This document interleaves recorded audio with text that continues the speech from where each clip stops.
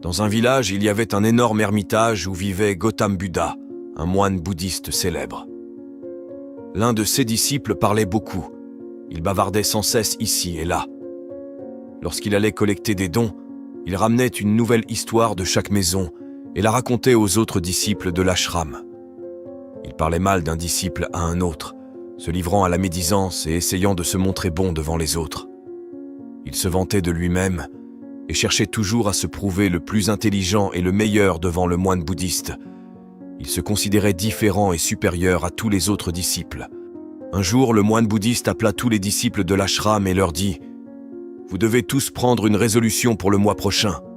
Cela renforcera votre pouvoir de détermination et insufflera une autopuissance en vous. Chacun de vous peut prendre n'importe quelle résolution selon sa capacité, et si l'un d'entre vous rompt sa résolution avant un mois, il retournera à sa routine habituelle. » Tous les disciples prirent des résolutions grandes ou petites selon leur capacité et partirent après avoir informé le moine bouddhiste de leurs résolutions.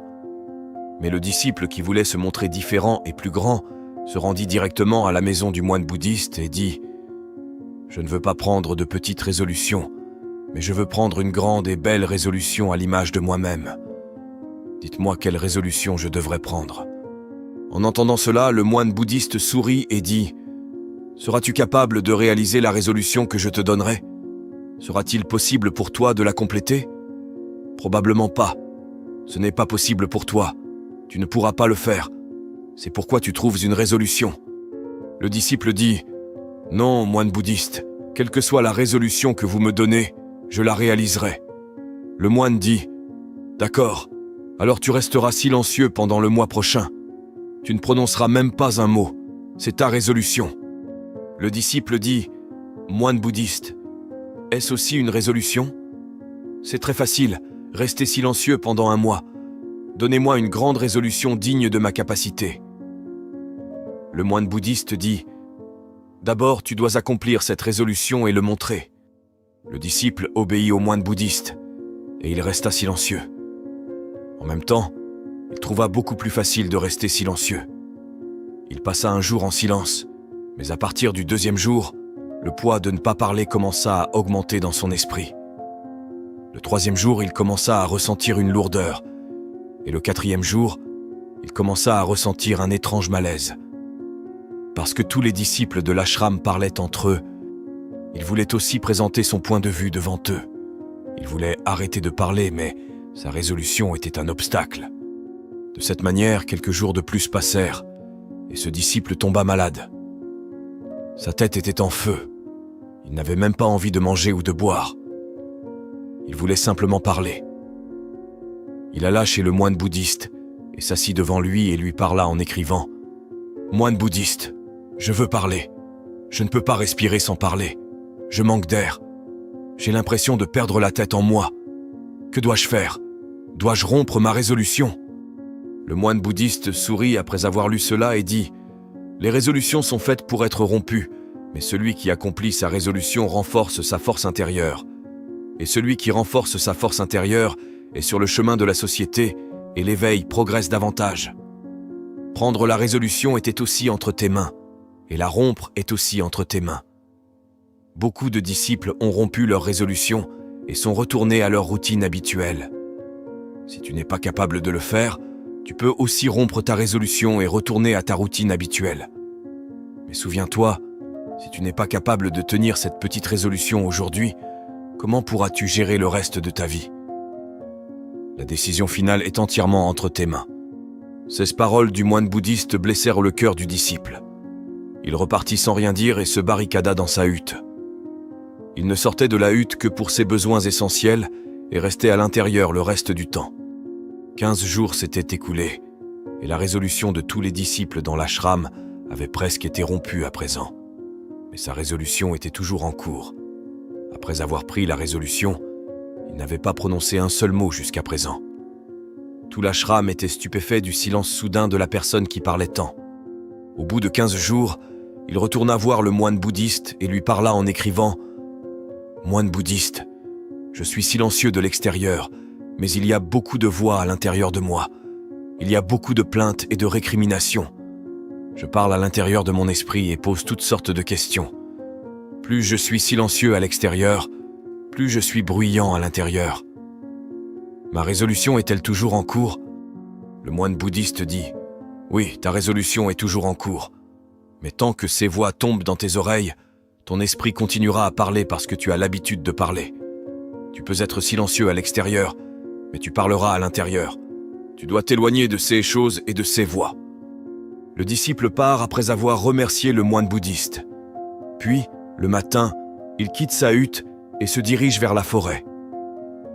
Beaucoup de jours passent, et le temps de la résolution est également terminé. Mais le disciple ne revient pas. Tout le monde dans l'ashram craignait qu'un animal sauvage ne l'ait dévoré. Entre-temps, de nombreux efforts ont été faits pour le retrouver, mais il était introuvable. Tous les disciples avaient supposé que les animaux sauvages l'avaient pris pour proie, mais le moine bouddhiste n'en était pas convaincu.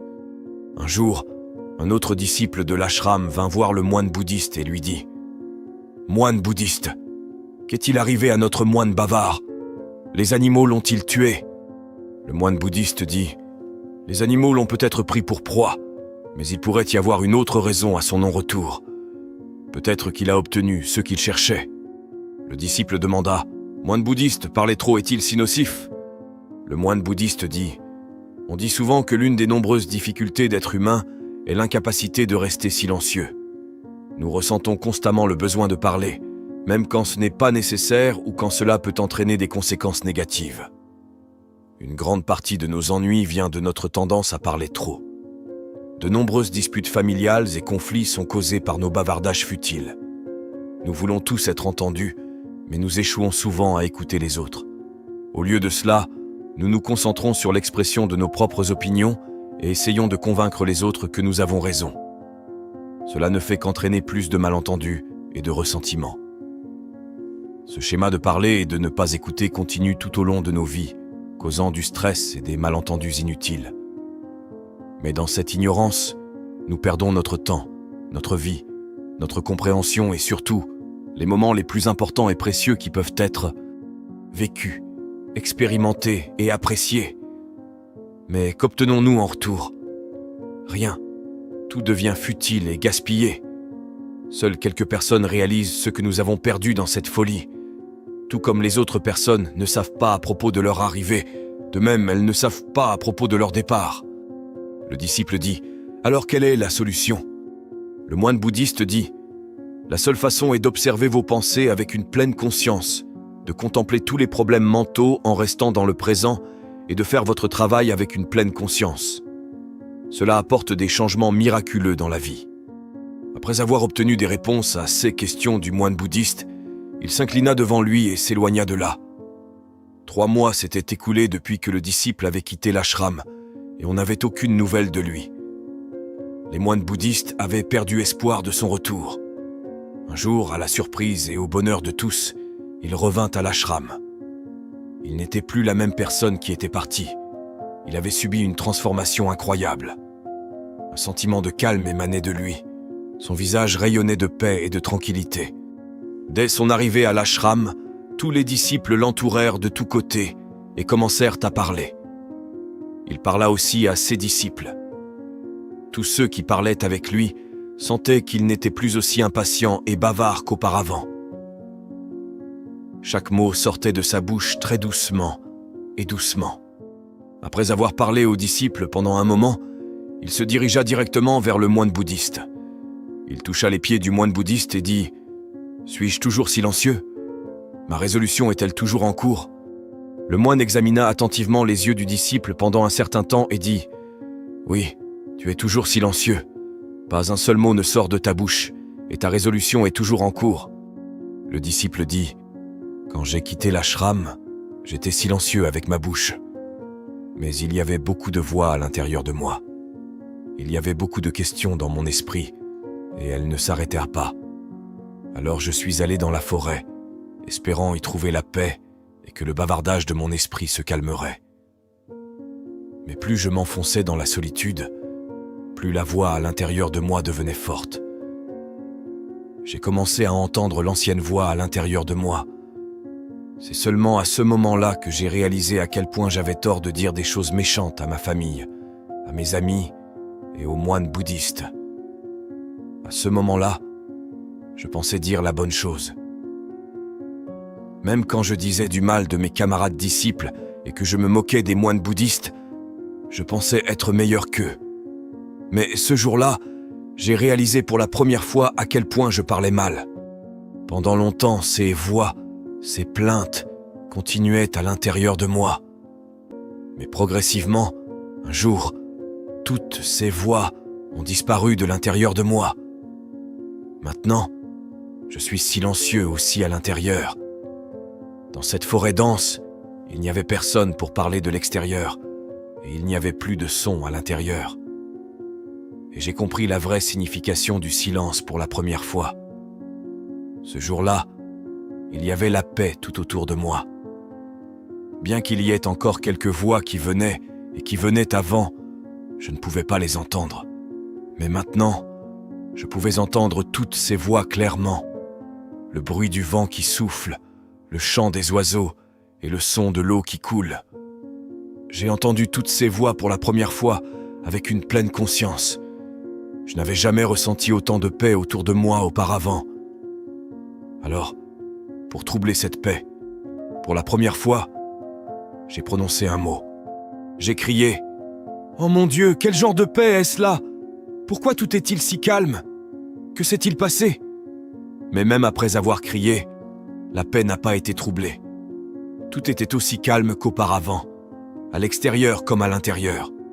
Cher moine, j'ai eu une conversation avec mes compagnons disciples et avec vous physiquement. Je parle, je marche et j'observe tout autour de moi. Cependant, je me sens complètement seul intérieurement et en silence. Même quand j'essaie de m'exprimer, je me sens toujours isolé. Maintenant, je peux voir tout clairement et entendre tout plus vivement. Le moine bouddhiste a dit « Cette agitation en nous est causée par le fait de parler excessivement à l'extérieur.